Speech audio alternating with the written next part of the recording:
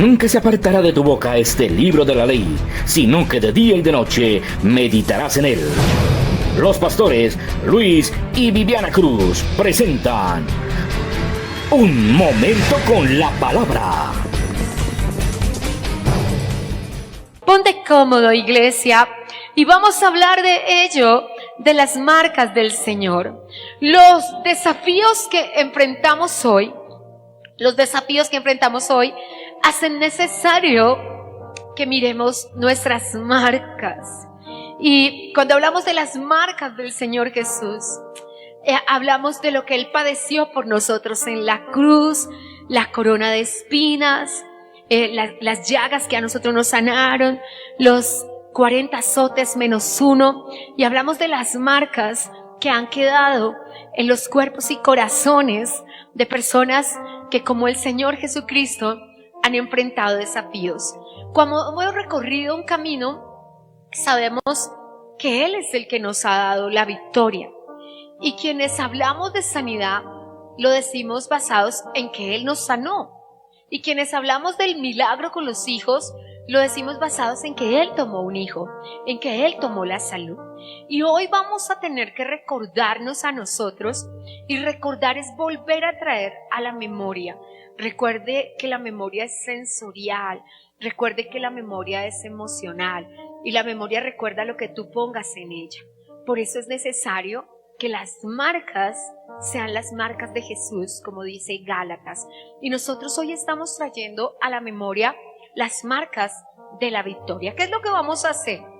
Aprender a ver que verdaderamente la parte del vaso que tenemos en nuestra mano está llena, y que a Dios gracias, porque como dice Romanos, Él nos lleva siempre, dice Romanos, de triunfo en triunfo y de victoria en victoria. Pero quiero decirte que ha habido desgaste físico, ha habido desgaste emocional, que de repente la enfermedad toca a la puerta y te encuentras en un quirófano a la semana de la enfermedad, donde un doctor dice, casi te vas. Y uno dice, porque tengo las marcas del Señor Jesús, no me fui, ¿cierto? Y te encuentras en circunstancias de vida, desafíos que tú dices, ¿cómo voy a enfrentar esto que el Señor ha puesto delante de mí? Y eso es lo que vamos a tratar de ver en este día a través de la palabra. El apóstol termina Gálatas es la primera carta escrita por el apóstol, y diciéndole a todos, yo tengo aquí las marcas. En 2 de Corintios nos va a decir cuáles son esas marcas, pero antes de ocuparme de eso, quiero pedirte que cierres allí donde estás los ojos por un momento y traigas a la memoria esa victoria que ya Dios te dio, esas marcas de la victoria. Tenía diabetes y ya no la tengo. Tenía un hijo en las drogas y ya no está en las drogas. Tenía un problema de que no conseguía trabajo y estoy trabajando. No al salario que espero, ni el que sueño, ni en la empresa que sueño, pero no estoy sin trabajo. No es lo mismo levantarse a buscar trabajo que levantarse a trabajar. Nunca será lo mismo. Así que si tienes una marca de la victoria, haz que Dios me mostró un sueño y vi lo que Dios hizo por mí. Y hoy vamos a dar gracias por esas victorias ya recibidas. Alguien estaba enfermo y el médico dijo, esa enfermedad no es para vida, pero Dios lo declaró vida. Y nosotros lo sabemos, amén. Ahora regreso al texto porque quería que te retrotrajeras a las marcas de la victoria, porque una de las cosas que sucede cuando el enemigo quiere atacar tu vida y cuando el enemigo quiere atacar tu corazón es que quiere que te olvides de las victorias ya recibidas. Quiere que se te olvide que el Señor te quiere sanar y te quiere libertar. Hace un tiempo estaba con mi hermana Sandra en el hospital. Estábamos en medio de una preguntita. Ella fue por un dolor de pancita que se suponía que era propio del embarazo. Sin embargo, la doctora nos contestó exactamente eso, que era propio de un embarazo, y a la semana siguiente tenía peritonitis. ¿Sabes lo que significa esa palabra? ¿Sabes lo que implica? Y los doctores no nos dan esperanza de vida. Pero Dios le sanó en esa oportunidad, porque hay marcas de la victoria en nuestra vida. Cuando llegamos allí a una persona que está embarazada y tiene peritonitis, la primera cosa que tiene que hacer un médico es sacar a un bebé del vientre. Pero bebé tenía apenas 3 meses, no podía ser sacado, iba a cumplir exactamente 4 en pocos días. Pero Dios escondió, como en Mahanaín, que significa 2 campamentos, en una parte de su estómago al bebé y en otra parte permitió que en un quirófano un doctor entrara y limpiara su peritonitis, que es algo que es supremamente fuerte en personas que no están embarazadas. Imaginémonos con un bebé. Cuando salió de quirófano, el doctor se acercó a mí y me dijo: no te preocupes, no tocamos al bebé. Yo no lo podía ni creer, pero las marcas de la victoria están en nuestra vida. Dios puede hacer ese tipo de cosas. ¿Cómo se opera un estómago sin tocar al bebé que está en el vientre? Nosotros no podemos hacerlo, pero Él sí puede hacerlo. Él puede poner las manos encima de un cirujano y hacer que una cirugía sea perfecta, porque Él puede hacerlo. Amén. Entonces, de eso se trata lo que vamos a compartir en este día. Amén. Lo primero que tenemos que hablar es que Él es el que nos libra. Y unas hojitas atrás de Gálatas, en 2 de Corintios, en el capítulo 1, hoy voy a ser muy escritural, quiero que me acompañen buscando la palabra y me acompañen acá en el altar colocándola. Es 2 de Corintios 1:10. Y lo primero que tenemos que saber ante la enfermedad, ante el desafío, es que Dios nos ama. ¿Y qué es lo que tenemos que saber? Que el que nos libró ayer nos puede volver a librar hoy. Y si tuviera que librar una batalla por nosotros mañana, también nos va a librar. No escuché un amén. Ahí cabe un amén, iglesia. Ahí cabe un amén, porque a veces pensamos que de esta sí no vamos a salir. ¿Cierto? ¿Te ha pasado, cierto? Y tú que estuviste en el hospital, y tú que estuviste en un desafío económico, y tú que tú no sabes cómo compraste tu casa, y tú que no tienes ni idea cómo Dios solucionó ese problema, porque solo decimos, Él lo hizo. Tenemos que recordarnos. Entonces, dentro de las marcas de la victoria, tenemos que recordarnos. Dice, el cual nos libró y nos libra, y en que nos esperamos que aún nos librará. Entonces, ¿qué sabes tú y qué sé yo? Que el que nos libró ayer nos libra hoy y nos librará mañana. Necesitamos creerlo. ¿Cómo nos fortalecemos en saber que Él nos va a librar mañana? Por lo que Él hizo ayer. Porque nosotros lo vimos sanarnos, porque nosotros lo vimos liberarnos, lo vimos tomar a nuestros hijos y darles un horizonte de propósito. Y nosotros que lo hemos visto con estos ojos, diga conmigo, con estos ojos, ¿cierto? Normalmente las personas utilizan esta expresión para algo malo, para decir, mire que yo vi a su hijo con estos ojos. Pero de aquí en adelante, usted tiene que decir, con estos ojos, yo vi a Dios librarme, lo veo librarme y sé que también me librará. Déjeme darle otros ejemplos de librarle, porque Dios es bueno. Por allí en el libro de Daniel, en el capítulo 6, versículo 27, sé que todos son bibliocéntricos, pero por amor a personas que nos acompañan en cualquier lugar que no conocen este texto bíblico, por circunstancias de la vida, una circunstancia de la vida muy especial, varones que están aquí, por ser fiel a Dios, Daniel terminó en el pozo de los leones. Y tú dirías, ¿cómo? ¿Por ser fiel a Dios? Por ser fiel a Dios, hermano Alexander, por ser fiel a Dios, por rehusarse a dejar de orar, aunque sea un día en su vida. Porque Daniel dijo, si yo dejo de orar un solo día de mi vida, ya estaré muerto y no necesitaré que nadie me mate. Entonces, el rey, cuando lo saca de ese lugar del pozo de los leones, testifica, el rey para este momento es Darío, el que reemplazó al rey. Y dice, versículo 27 de Daniel, para que lo leas conmigo. Ya lo encontraste, dice, Él salva y libra y hace señales y maravillas en el cielo y en la tierra. Voy a tener que leerlo nuevamente. Dice, Él salva, Él libra, Él hace señales en el cielo y en la tierra. Puedes decirle al que está a tu lado, si ves quién libra, Él es quien libra. Él salva y libra. ¿Quién podía imaginarse que alguien que estuvo en el pozo de los leones saliera vivo? Y tú dices, ay, es que los leones eran cristianos. Sí, si hubieran sido cristianos, santifican el alimento y igual se lo comen, ¿cierto?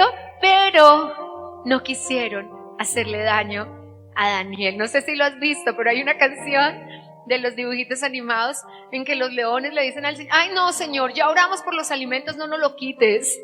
Y el Señor les dice, no, viene más alimento. ¿Cómo es que dice el pastor Cruz? Hasta los leones tuvieron fe, que entregaban a uno y les llegaban hartos, ¿cierto?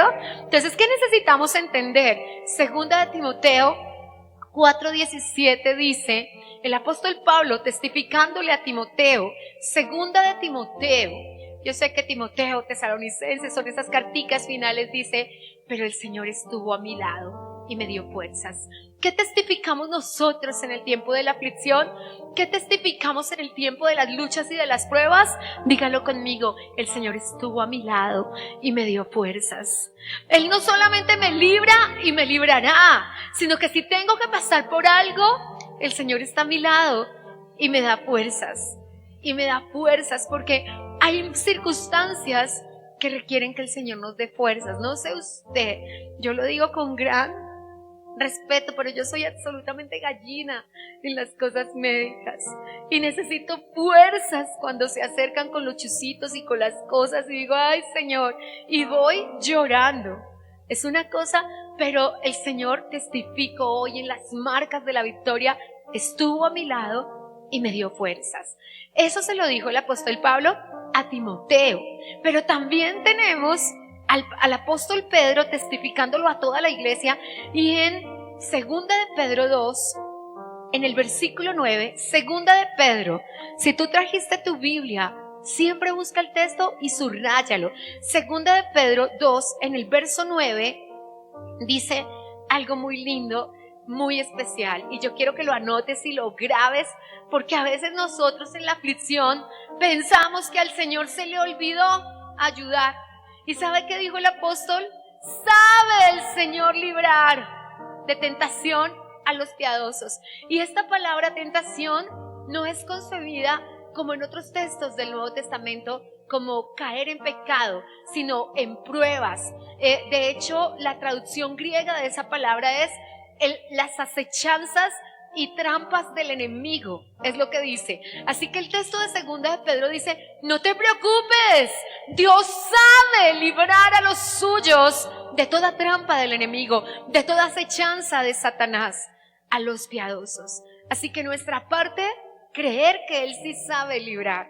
No sé por qué se nos olvida que Él sí sabe sanar, que Él sí sabe librar, que Él sí sabe ayudar. Y tal vez la palabra clave aquí es sabe. Recuerde que el sabe del Nuevo Testamento está totalmente capacitado. Totalmente. Nadie como Él para librar, ¿cierto? Entonces lo primero que recordamos nosotros ante las aflicciones, ante las circunstancias difíciles, es que el que nos libró ayer, nos libra hoy y nos librará mañana. Dígalo conmigo. El que me libró ayer, me libra hoy y me librará mañana. Tienes que decirle al que está a tu lado, Él sabe librar. Él no solamente salva y sana y libra, sino que mientras nos libra, hace señales y maravillas en el cielo y en la tierra. Acabamos de leerlo, ¿cierto? ¿Qué vas a decir ahora cuando entres por la puerta del hospital, cuando vayas a la circunstancia, cuando cualquier circunstancia se presente en tu vida y la sangre de Cristo tiene poder y Dios nos guarda? El Señor está a mi lado. Dice 7 veces en los 13 capítulos que describen la vida de José en Génesis, pero el Señor estaba con él. Amén. Así que necesitamos entenderlo y creerlo. Lo segundo que tenemos que saber para que las marcas de la victoria sean exhibidas en nuestra vida es que Dios es bueno para conmigo. Y necesitamos creer que Dios es bueno, porque a veces es una frase que se volvió de cajón. Ay, Dios es bueno. Tal vez con otras personas. En la película El Milagro Azul, cuando uno de los señores trata de decirle a los jóvenes pescadores que no van a poder hacer esa pesca, uno de los niños huérfanos le dice, uno de los niños que es pobre le dice, en verdad tú nos estás diciendo que Dios es bueno, pero las cosas buenas les pasan a otras personas. No es así. Dios es bueno y las cosas buenas te te pasan a ti y me pasan a mí. Dios es bueno para con nosotros, Dios es bueno para con sus hijos, y nosotros no podemos pensar que no nos van a pasar cosas buenas porque Dios es bueno. Todo el tiempo Dios es bueno y nosotros tenemos que recordárnoslo cada día. Creo que era la frase del pastor de la película, mira qué teológica estoy hoy, Cristo no está muerto 2, ¿no? Dios es bueno todo el tiempo. Entonces, de repente miramos que el Señor se glorifica. Entonces, cuando aparece la aflicción, cuando aparece la dificultad, lo que el enemigo quiere es ahogar las marcas de la victoria, que tú no puedas recordar lo que pasó antes, que tú no puedas recordar al sanador, que tú no puedas recordar al libertador, que tú no puedas recordar al proveedor, que tú estabas necesitando algo y Él te lo dio, y nosotros no podemos permitirlo. No podemos olvidar lo que Dios ha hecho por nosotros. Y para eso nos toca, porque el alma, y tú sabes que somos espíritu, alma y cuerpo, y nuestro espíritu a la verdad está dispuesto, Jesús lo dijo, ¿cierto? Pero nuestra alma no, nuestra alma es emocional, porque en ella habitan las emociones, los sentimientos y la voluntad. Entonces nuestra alma es rebelde y quiere olvidar. Y como seres humanos tenemos una tendencia a recordar lo malo. Qué horror, dice el pastor Madiel, siempre dice, lo triste es que queremos recordar lo que tenemos que olvidar y olvidamos lo que tenemos que recordar. Es lo que nos pasa como seres humanos y como cristianos tenemos que dar batalla y como dice allá en Isaías 43:18, tenemos que olvidar lo que tenemos que olvidar y tenemos que recordar. Entonces, ¿qué hacemos para poder recordar lo que tenemos que recordar y olvidar lo que tenemos que olvidar? No te estoy haciendo en trabalengua, ¿cierto que no? ¿No entendiste fue los 3 tristes tigres? No, ¿cierto? Pero de repente, ¿qué es lo que tenemos que hacer para olvidar lo que tenemos que olvidar y recordar lo que tenemos que recordar? Voy a tener que decirlo nuevamente. Tenemos que olvidar lo que tenemos que olvidar y tenemos que recordar lo que tenemos que recordar. Entonces, ¿cómo vamos a hacer para olvidar y para recordar? Porque la memoria no es selectiva, inmediatamente te sucede algo, porque las marcas que nosotros en psicología las llamamos improntas, que son una cosita que se hace. Todos los hermanos que tienen autos saben que es una impronta, ¿cierto? Es esa marquita indeleble e imborrable en todo que se le coloca a los motores de los autos y algunas piezas importantes de los autos para que ellos no puedan ser cambiados ni robados.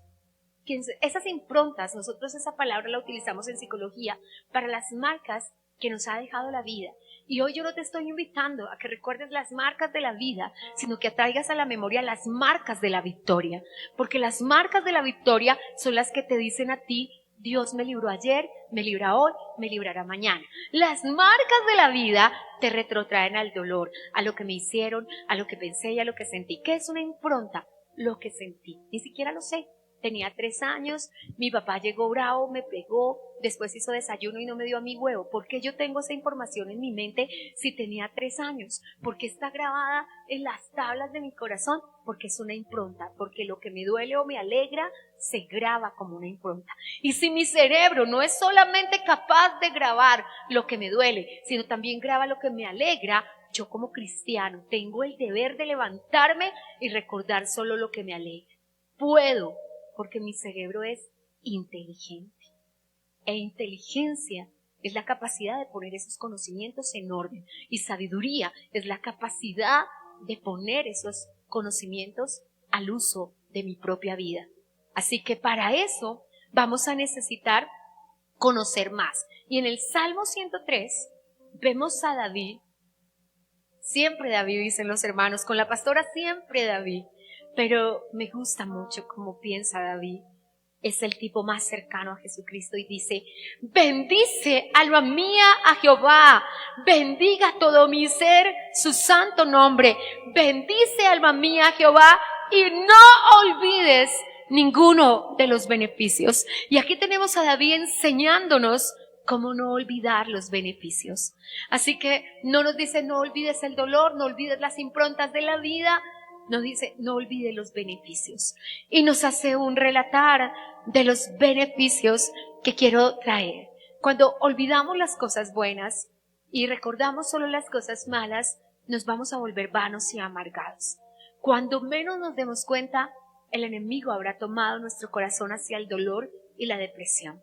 trayendo condenación. Porque Hebreos capítulo 3 dice, no permitas que una raíz de amargura brotando contamine todo tu ser y contamine a otros. La amargura es algo que contamina. Y la amargura se produce porque no olvidamos lo que tenemos que olvidar y no recordamos lo que tenemos que recordar. Y lo que tenemos que recordar es quién nos dio la victoria. Y que quien nos dio la victoria lo puede volver a hacer. Entonces Dios nos pide que no nos dejemos distraer. El trabajo del enemigo con la mente es distraerla. Y como bien dijera la pastora Joyce Meyer en su libro, el trabajo de la batalla es en la mente. Y el enemigo viene a la mente a decirle a las personas, recuerda tu dolor, recuerda tu amargura, recuerda que te pegaron, que te comieron los gusanos. Yo soy muy dada, y tal vez me lo escuchas en un tono muy fuerte, a que me paro delante de una persona y le digo, a mí no me eches la historia del niño pobrecito. Porque una cosa es la administración y otra cosa es yo querer quedarme siendo un niño pobrecito toda la vida y querer comer gusanos. Esa es una decisión. Los pensamientos de tristeza no son mi decisión. Los pensamientos, las emociones y los sentimientos llegan sin que yo les dé permiso. Pero es mi decisión. ¿Qué hago con esos pensamientos? ¿Qué hago con esos sentimientos? ¿Y qué hago con esas emociones? No puedo impedir que los pajaritos vuelen encima mío, pero puedo impedir que hagan nido en mi cabeza.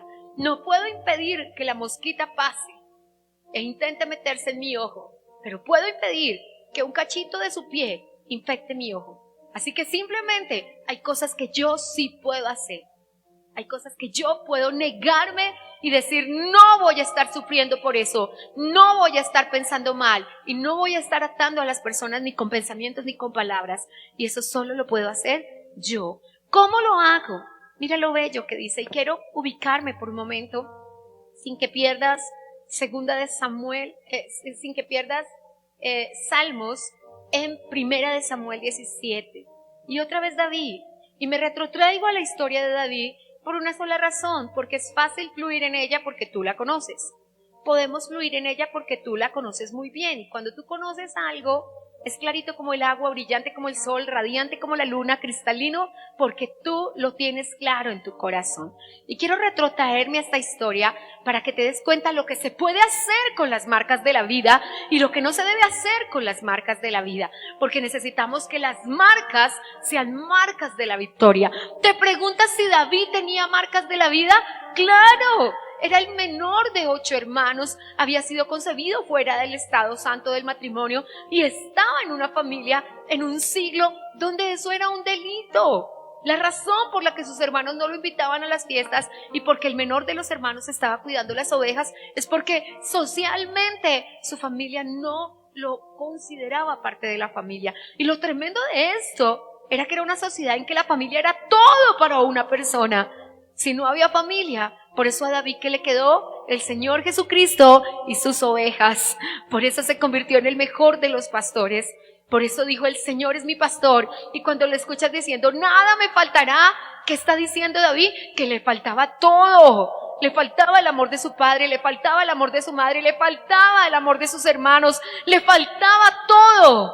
Pero tenía al Señor. Y el que tiene al Señor lo tiene todo. Ahora, dicho esto, vamos a ver qué tomó de decisión David con respecto a su vida en las marcas de la victoria. En primera de Samuel, en el capítulo 17, en el verso 26, lo vemos entrando a un campamento.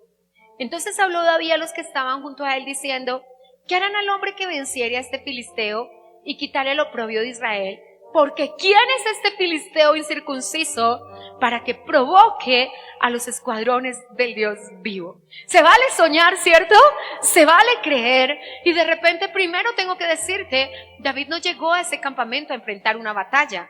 David llegó a ese campamento a llevar panes. Él solo estaba haciendo caso, él estaba haciendo un mandado de su papá. Pero cuando llegó a ese campamento en el valle de Elat, se encontró con 2 ejércitos, uno temblando, dando rodilla contra la rodilla, y un tipo a quien él llamó filisteo incircunciso, no Goliat, ni gigante, ni hijo de Anat, como lo llamaban todas las personas que sabían lo que significaban esas palabras, simplemente dijo, ¿cómo se le ocurre a ese atrevido venir contra los escuadrones del Dios vivo? Y uno dice, ¿cómo un niño de 17 años se puede parar frente a un hombre de 3,15 de estatura La Biblia nos da a entender que sin ser bajito en el sentido colombiano, era bajito en el sentido de Israel y era bajito en el sentido de Saúl. Es decir, que su estatura era estatura promedio de 1,65 a 1,75. Por más que en nuestra estatura 1,75 sería normal y alto, para el hombre de Israel era un hombre bajito. Y sin embargo, él dijo, eso es pan comido. ¿Por qué? Déjeme mostrarle por qué, por las marcas de la victoria.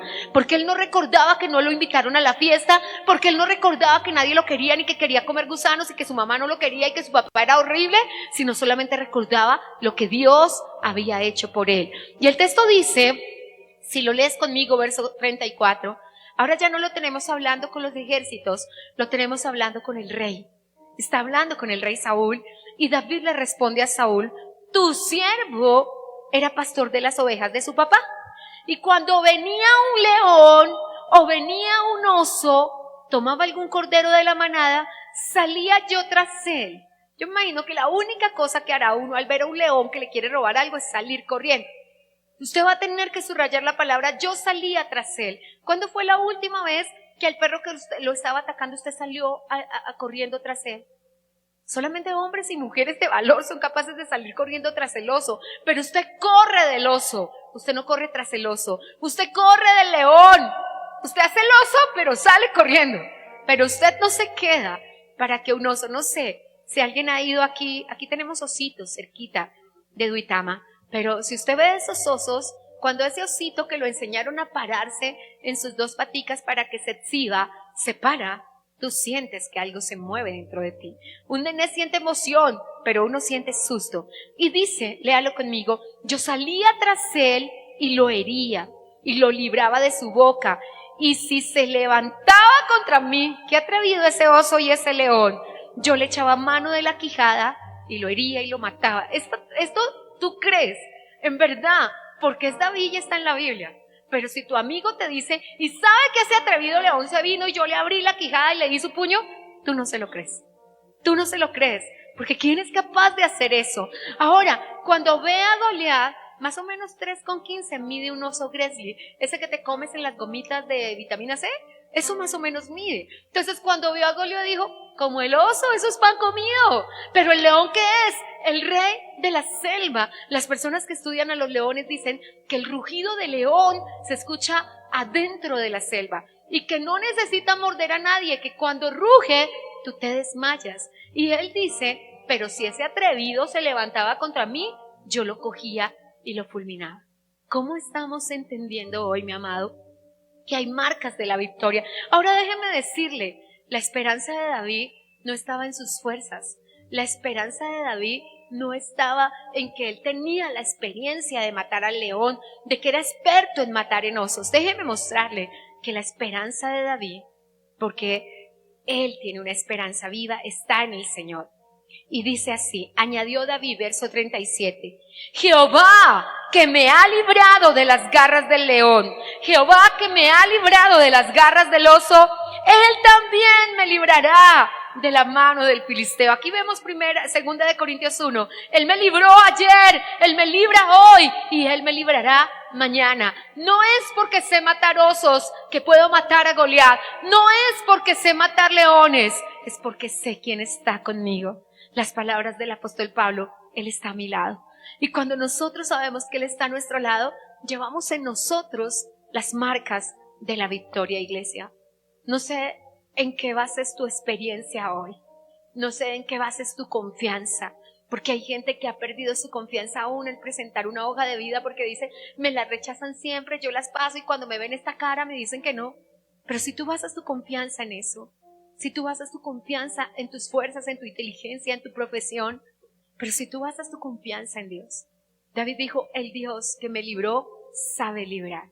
Ya vimos hoy que Él verdaderamente sabe librar. Nosotros no podemos entrar a un corazón de un hombre, no podemos entrar al corazón de una persona y decirle, sí, tú nos tienes que dar ese empleo, pero Dios sí.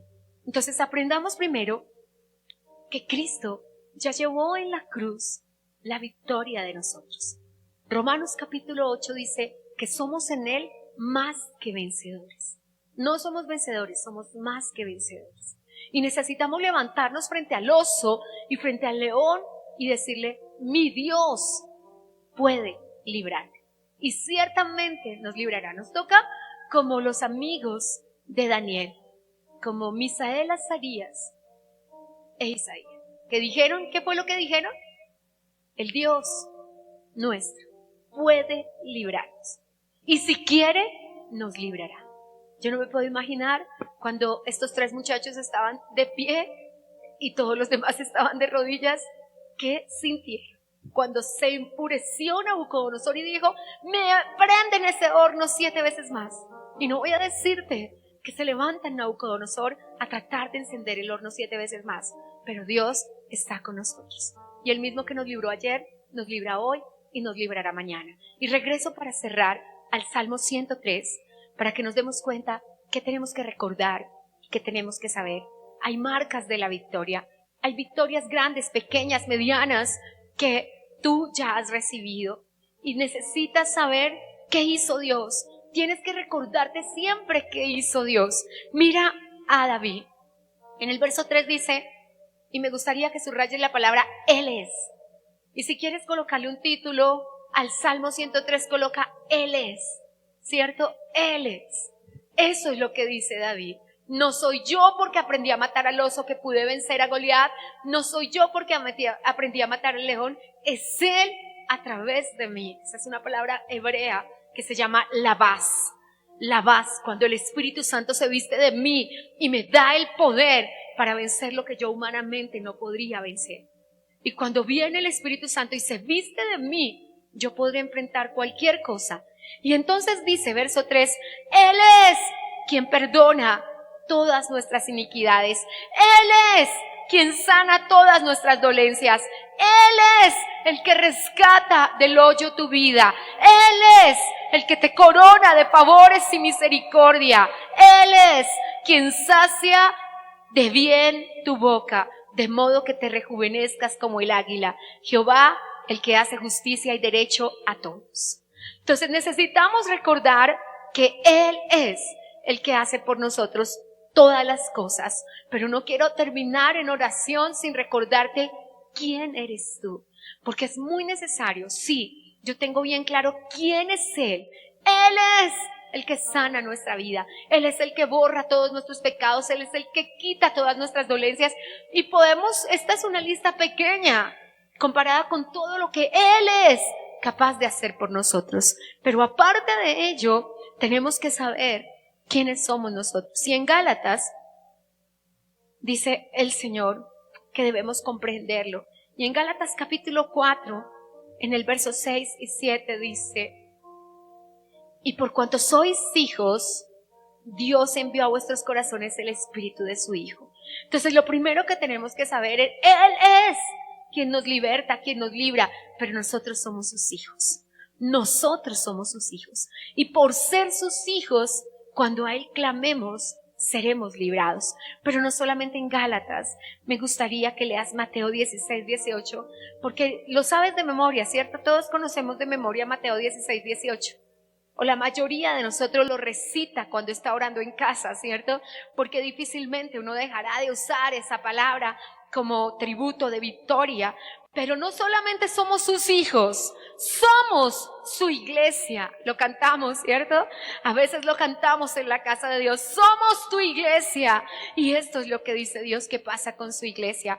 Mateo 16, 18 dice, y yo también te digo que tú eres Pedro, y sobre esta roca edificaré mi iglesia, y las puertas del Hades no prevalecerán contra ella. Así que simplemente dice, a ti te daré las llaves del reino. Somos su iglesia, tenemos las llaves del reino, y todo lo que atemos en la tierra será atado en los cielos, y todo lo que desatemos en la tierra será desatado en los cielos. Así que por quien Él es, podemos pararnos y decir, me libró ayer, me libra hoy, me libra mañana, y tengo en mi cuerpo las marcas de su victoria. Pero por quien yo soy, su hijo y su iglesia, tengo el favor no merecido de recibir todas sus bendiciones y que me libre. Así que, mis amados, cuando viene la aflicción, cuando viene la circunstancia difícil, cuando viene la prueba, yo tengo que levantarme y decirme, yo sé quién soy, yo soy su hijo, Él es mi padre, y mi Padre me ama, ¿cierto? Como lo dijera Julio Melgar antes de ir a la presencia del Señor. Yo solo sé que yo soy su hijo, amén. Así que el que me quitó la dolencia, el que borró las iniquidades, el que sanó mi cuerpo, el que me sacó del pozo, el que me corona de favores, puede hacerlo hoy y puede seguirlo haciendo por el resto de mi vida, si yo se lo permito, amén. Hemos escuchado Un Tiempo con la Palabra, con los pastores Luis y Viviana Cruz. Dios los bendiga.